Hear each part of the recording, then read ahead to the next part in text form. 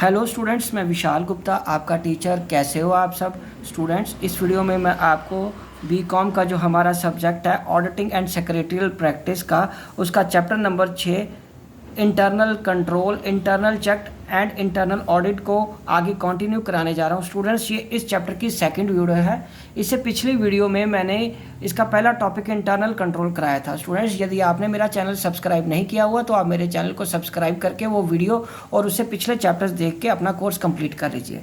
तो चलिए स्टार्ट करते हैं अब हम इंटरनल चेक को। Students, internal check is a valuable part of the internal control. The entire system of accounting needs to be organized in such a manner that it ensures some sort of checks without incurring additional financial burden. Methods of internal check has been devised to meet this requirement.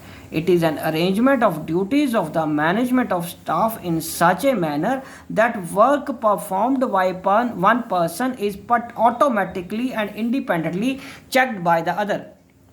तो internal check students एक नाम से ही clear हो रहा है कि ये एक इस तरीके से चेक है कि हमारी मैक्सिमम फाइनेंशियल ट्रांजैक्शन जो अकाउंटिंग की नीड्स हैं उसको हम ठीक तरीके से चेक कर सकें विदाउट एनी बर्डन। और वो किस तरीके से हो सकता है कि दूसरे को पता भी ना चले कि उसका काम चेक हो गया और वो ऑटोमेटिकली इंडिपेंडेंटली चेक हो जाए दूसरे व्यक्ति से।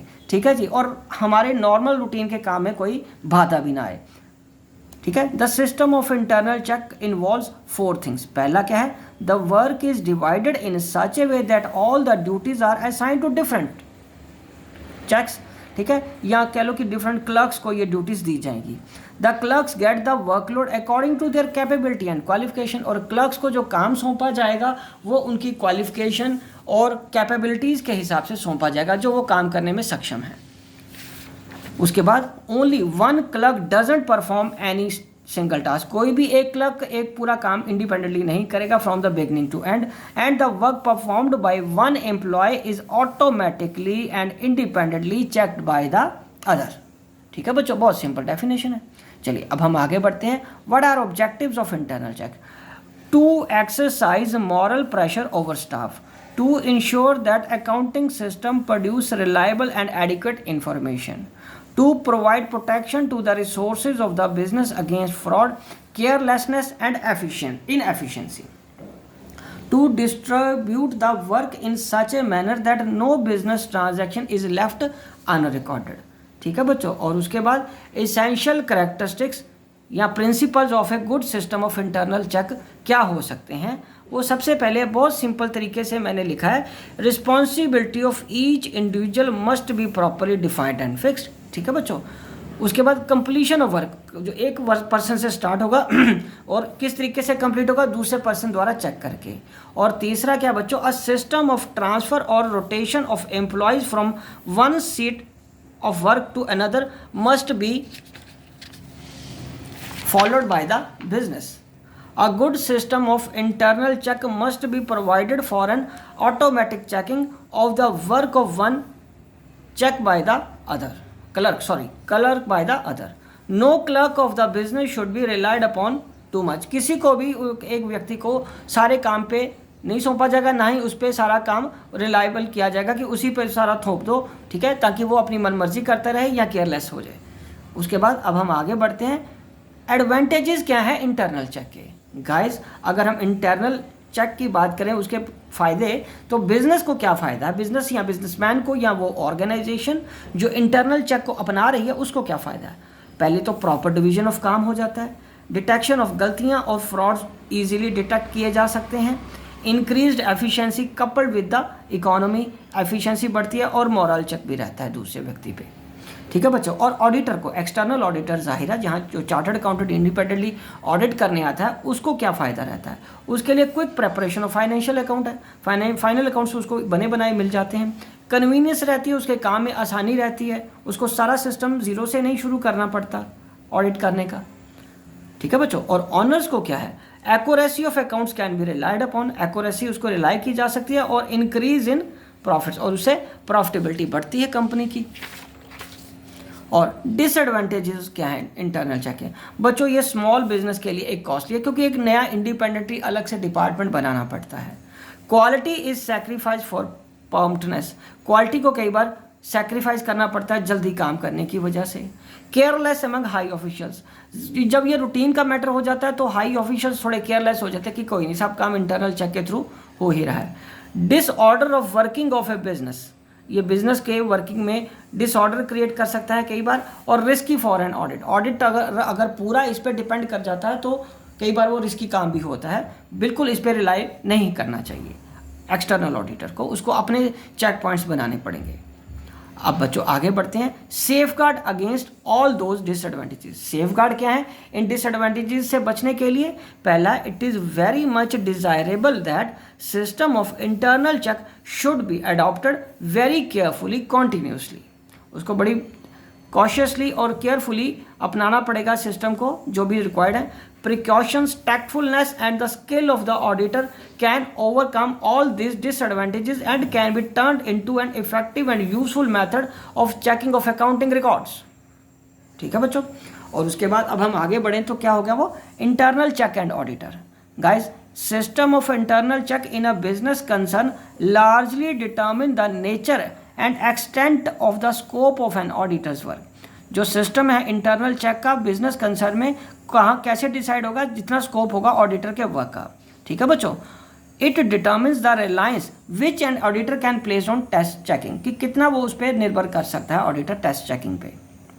But wherever the system is found to be, जहाँ पे जो सिस्टम हम देख रहे हैं कि फाउंड टू बी डिफेक्टिव होगा या डिफेक्टिव है, it is a duty of the auditor to check the whole transactions.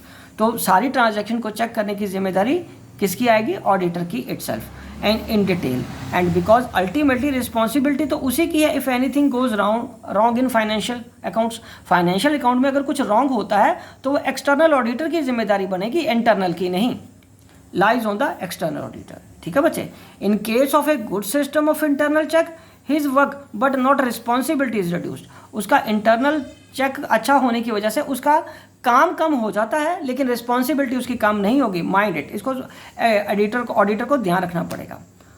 So the extent to which he should rely upon the system of internal check will depend upon his skill, experience and training.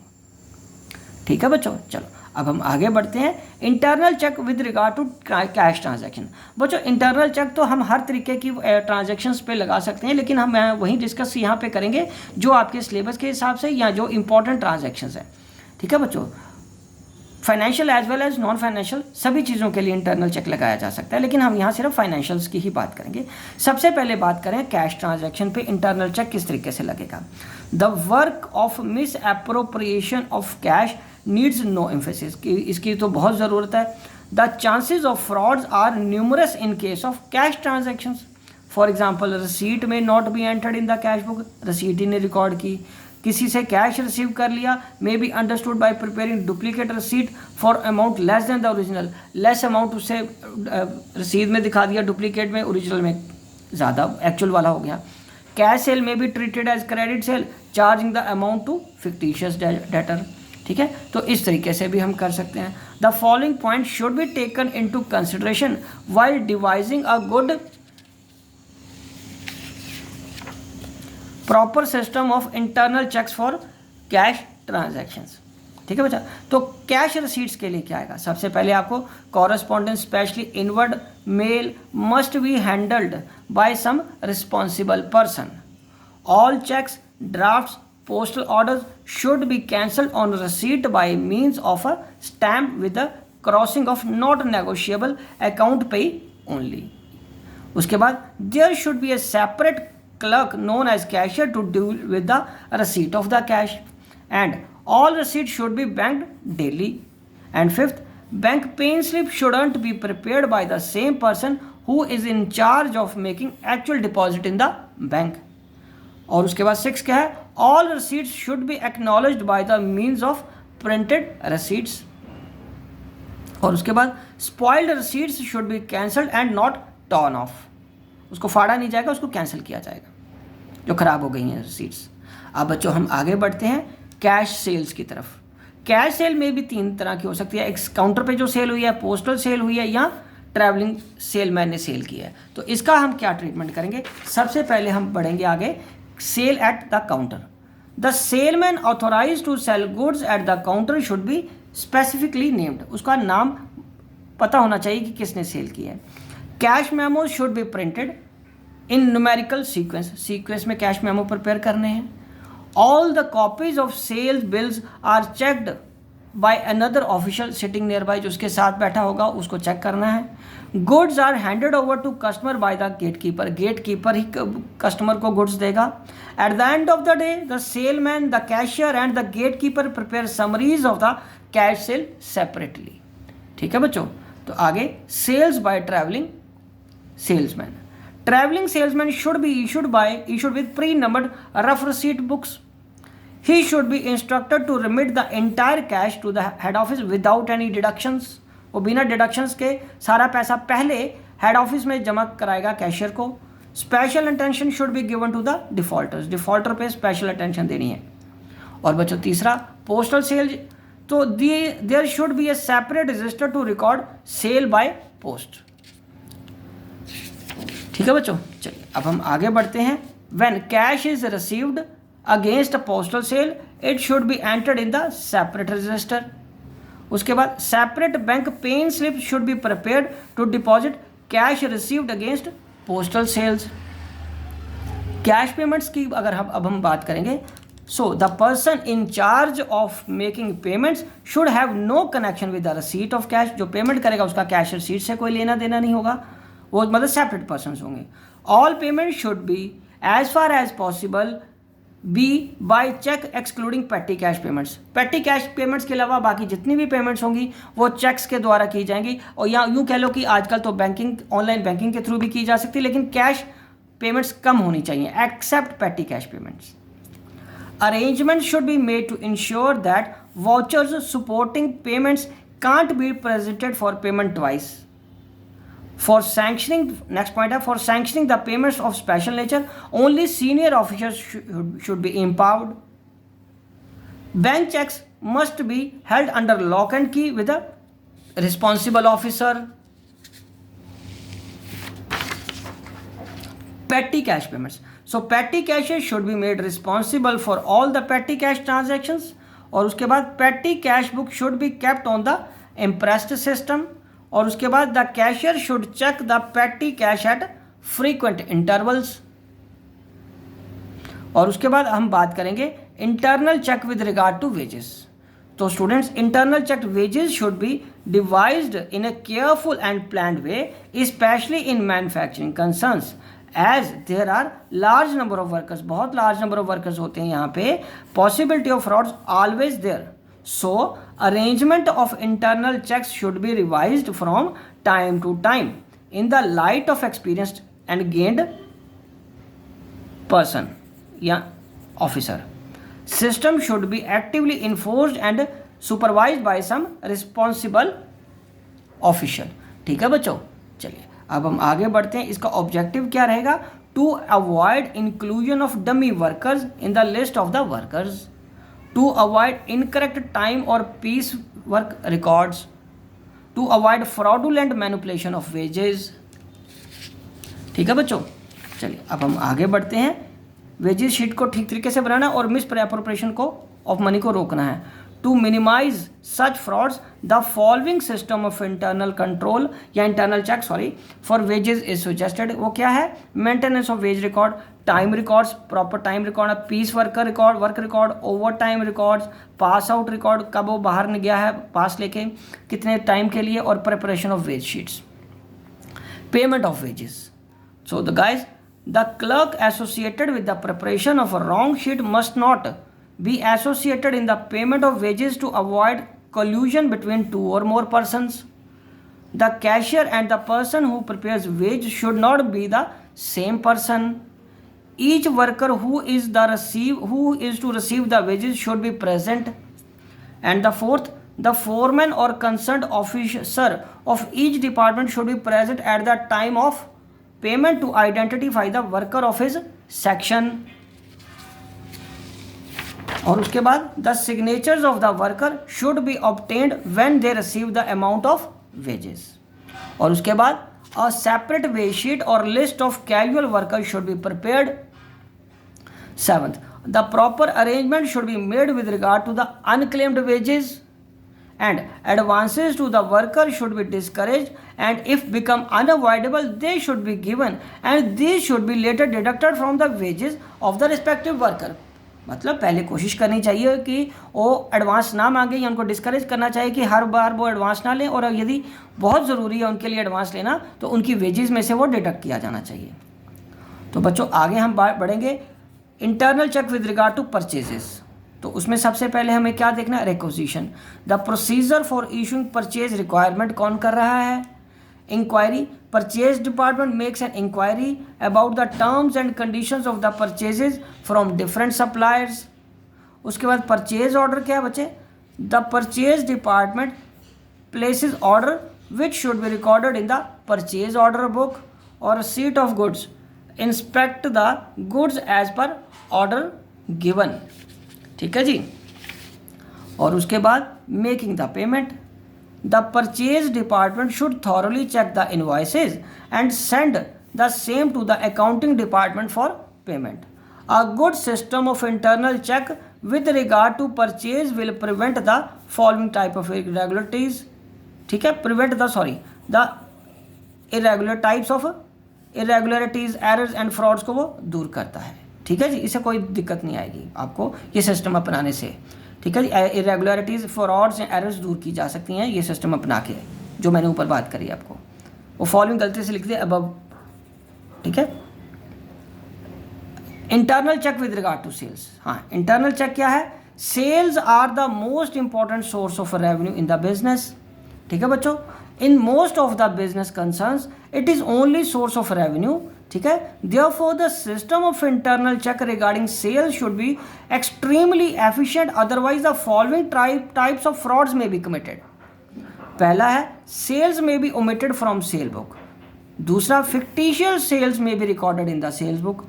And third one, sale of fixed assets be treated as sales. Sales of the next year may be recorded as sale of current year. So thus to avoid such types of frauds, the whole system of credit sale should be kept under proper control and supervision. The system of internal check regarding sales should take care of the following. और वो कौन सा है, पहला, on receipt of the order it should be numbered. Dispatch department should given a copy of the order. उसके बाद बच्चों dispatch department should take steps to pack the goods as per order. और उसके बाद on the dispatch of the goods record should be made in the goods outward book, and after that with the help of credit notes record should be made in the sales return book. ठीक है बच्चों. तो अब हम आगे बढ़ते हैं. Internal check in respect to या विद रिगार्ड टू स्टोर्स, जिसको हम स्टॉक भी बोल सकते हैं, मतलब स्टोर में जो सामान पड़ा हुआ है. So stores department has the charge of preserving the issuing store to different departments. Proper control of stores is very much essential to prevent pilferage, theft and misuse. Therefore, the internal check system in relation to store must be given careful attention. आगे बच्चों, the following general rules may be followed to ensure effective check over stores. पहला क्या है, location of store should be at a convenience place. Convenient place पे उसकी location होनी चाहिए. ठीक है. And after that on receiving stores the stores department will prepare a goods received note in triplicate. ठीक है. Goods received should be stored at their allotted racks. Okay. No item from the store should be issued to any person without formal recognition. And after that, after the issue of the material from the stores, the store's issue recognition should be sent to store account section for proper records there. Okay बच्चों, चलिए अब हम इसके last में बात करेंगे कि fixed assets का क्या सिस्टम होना चाहिए इंटरनल चेक में, फिक्स्ड एसेट्स को देखने के लिए. So some of the principal matters to be decided in connection with the control relating to fixed assets are as follows. पहला क्या है बच्चों, a proper authority should be designated for the sanction of capital expenditure. A proper authority should be designated for the sale of fixed asset. तीसरा, there should be periodic inspection of assets, और उसका चौथा, a fixed assets register must be maintained giving detail of all the fixed assets. ठीक है बच्चों, और उसके बाद fixed asset should be adequately insured, और वो प्रॉपर तरीके से इंश्योर्ड होनी चाहिए। और अब इंटरनल चेक इन्वेस्टमेंट्स के फॉर्म में कैसा होगा बच्चों? So who is to be responsible for authorising purchase and sales of investment, ये पूरा प्री डिफाइन होना चाहिए। Arrangement should be made for maintaining a detailed investment register. The document of title should be kept in safe custody, preferably under the joint control of two persons. An independent person should check the investment register with the actual investment physically. The person checking the register should also verify that the investments are in the name of the company. ठीक है बच्चों, तो बच्चों इसी के साथ ये internal check वाला टॉपिक कंप्लीट होता है और मैं ये वीडियो भी यहीं कंक्लूड करता हूँ। आई होप कि आपको अच्छे से समझ आ गया होगा। आप इसी तरह मेरे चैनल को देख के अपना कोर्स कंप्लीट करते रहिए और अगली वीडियो में मैं आपको इसका इंटरनल ऑडिट का पोर्शन करा के ये चैप्टर हमारा कंप्लीट हो जाएगा। ओके बच्चों, तब तक इससे आपने अपने नोट्स बना लीजिए। डन।